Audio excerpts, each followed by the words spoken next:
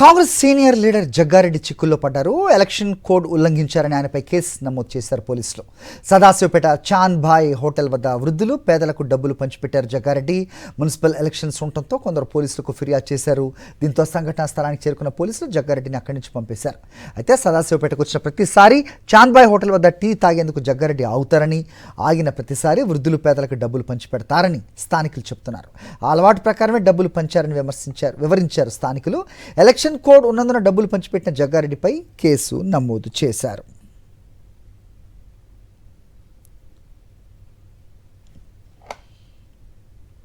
Congress senior leader Jaggareddy చిక్కుల్లో పడ్డారు. Election code ఉల్లంఘించారని ఆయనపై కేసు నమోదు చేశారు పోలీసులు.